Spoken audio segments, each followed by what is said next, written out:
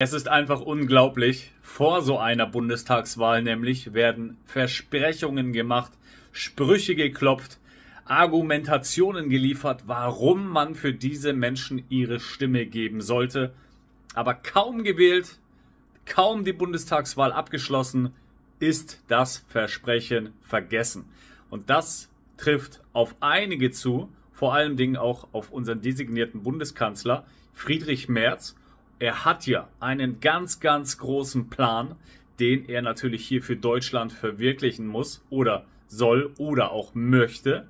Aber wir haben natürlich im Gegenzug auch eine Opposition mit der AfD, mit Alice Weidel und dem Chrupalla. Und dementsprechend diese Opposition ist organisiert und wird sich im Laufe der Zeit sehr stark weiterhin positionieren. Und die Ziele der AfD sind klar strukturiert. Dazu gleich mehr in diesem Video. Kommen wir aber zu einem faktischen Beispiel. Vielleicht kannst du dich noch erinnern, vor wenigen Tagen und Wochen wurde natürlich alles dafür getan, um Stimmen zu bekommen. Und auch Olaf Scholz, der aktuelle noch Bundeskanzler, hat natürlich gemerkt, dass er irgendwas mit der Auslandspolitik, der Migrationspolitik ändern muss. Und was ist dann passiert? Es wurden Flugzeuge angeblich vollgepackt mit afghanischen, mit irakischen oder sonstigen Flüchtlingen und wurden wieder abgeschoben in ihr Heimatland.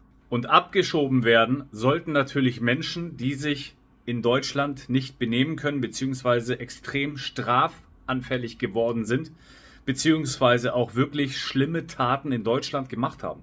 Auch hier, ich möchte es nochmal betonen, Deutschland ist ein schönes Land, wo jeder willkommen ist, der sich natürlich auch benimmt, der natürlich auch was dazu beitragen möchte in seinem Leben und aber auch natürlich für die deutsche Bevölkerung, für das deutsche Land sozusagen und ist dementsprechend auch willkommen, aus meiner Perspektive. Ja. Allerdings, diese Menschen, die natürlich sich nicht benehmen können, schlimme Straftaten etc. begehen, sollen doch gerne wieder in ihr Heimatland. Das ist ähnlich wie in anderen Ländern auch. Du kannst ja nicht in einem Land bleiben, wo du Straftäter wirst. Dann wirst du abgeschoben als Ausländer. Das ist überall so auf der Welt. Nein, aber Deutschland dreht den Spieß anscheinend um.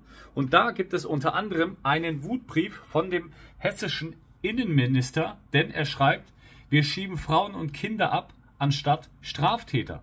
Und das ist ein großes Problem. Kein einziger gemeldeter Krimineller im Abschiebeflieger. Der Artikel ist schon ein bisschen älter, vor der Wahl ist der entstanden.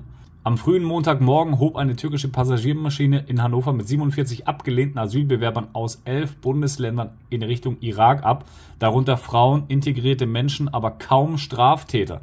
Und das ist natürlich schon heftig. Und dazu schrieb der Innenminister von Hessen, bei den ausgewählten Personen handelte es sich überwiegend um Personen mit Pässen bzw. Reisedokumenten, die sich auf freiem Fuß befanden und zum Teil auch ihre freiwillige Ausreise angekündigt hatten. Also die sind freiwillig sozusagen auch noch, haben sich sozusagen gemeldet. Und Hessen, so schreibt der Innenminister, hatte im November 250 straffällig gewordene abgelehnte Asylbewerber gemeldet. Eine nicht unerhebliche Zahl war in Haft. Im Januar stimmte die Türkei der Rückführung von 98 Straftätern zu. Und von diesen 98 priorisierten Personen saß keine im Flugzeug. Und das ist natürlich heftig. Und das ist aber das, warum dann auch hier ein Olaf Scholz nochmal vorher die Werbetrommel gerührt hat und gesagt hat, ey, das deutsche Volk, ja, wir müssen die Migrationspolitik, die innere Sicherheit, wir müssen das in Ordnung bekommen und dementsprechend muss er auch dann handeln, damit er ja ein bisschen Stimmen bekommt. Aber was ist jetzt passiert, kurz nach der Wahl? Schau dir das an. Ein Flugzeug mit 155 Afghanen in Berlin gelandet. Flüchtlinge und Ortskräfte. Der nächste Flieger mit afghanischen Flüchtlingen ist in Deutschland gelandet. Am Dienstagvormittag um 10:15 Uhr setzt die Maschine am Flughafen Berlin auf. An Bord Flüchtlinge und sogenannte Ortskräfte, also Afghanen, die bis zum Abzug der Bundeswehr im Jahr 2021 für Deutschland gearbeitet hatten. Und der nächste Flug aus Pakistan mit afghanischen Flüchtlingen soll nach den Informationen von Bild Anfang März in Deutschland ankommen. Und aus der Union kommt Kritik an diesen Flügen, denn der erste Parlamentsgeschäftsführer der CDU-CSU-Fraktion, Thorsten Frey, mahnte nämlich, Statt Afghanen abzuschieben, hole die Bundesregierung immer neue Afghanen ins Land. Und das ist krass. Jetzt kann man natürlich sagen, Olaf Scholz trifft in dem Fall noch die Entscheidungen, nicht der Friedrich Merz, weil er ja noch nicht Bundeskanzler ist, dementsprechend noch nicht die komplette Gewalt sozusagen hat, baut aber trotzdem jetzt schon Bockmist, indem er eine Aussage getätigt hat, die eigentlich in Deutschland für einen riesen Aufschrei sorgen sollte und vor allen Dingen auch als Nährboden für weitere Diskussionen, gerade denn von der AfD, weil diese Aussage wirklich extrem ist. Straftäter zu schützen.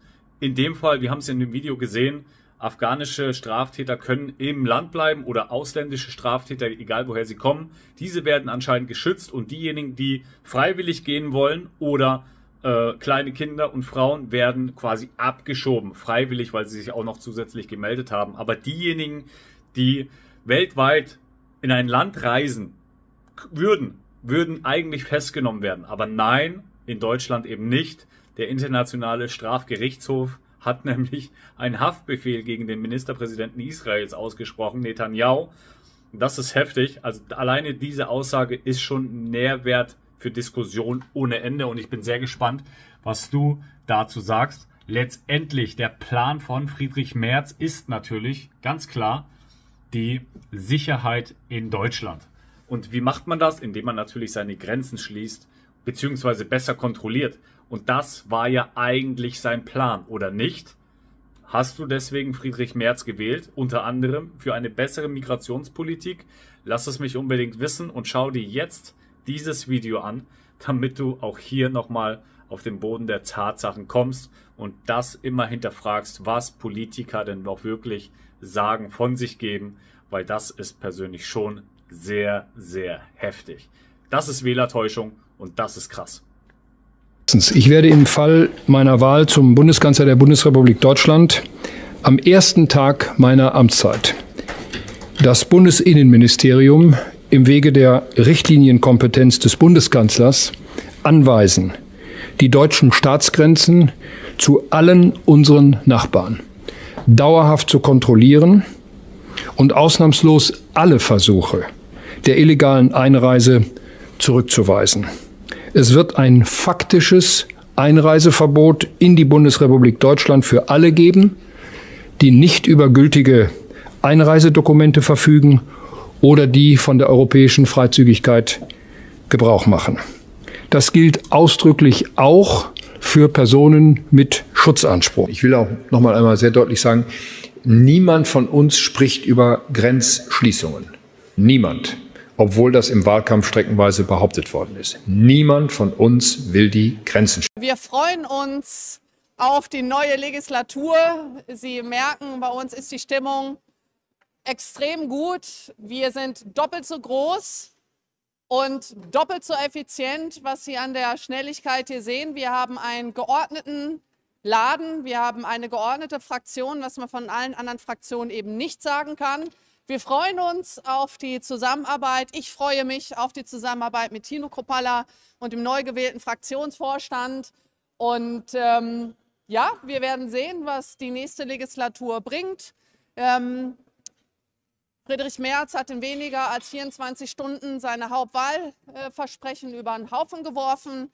Wir bekommen instabile Verhältnisse in Deutschland und wir werden nicht mehr 4 Jahre warten müssen, bis das Ganze wieder auseinanderbricht.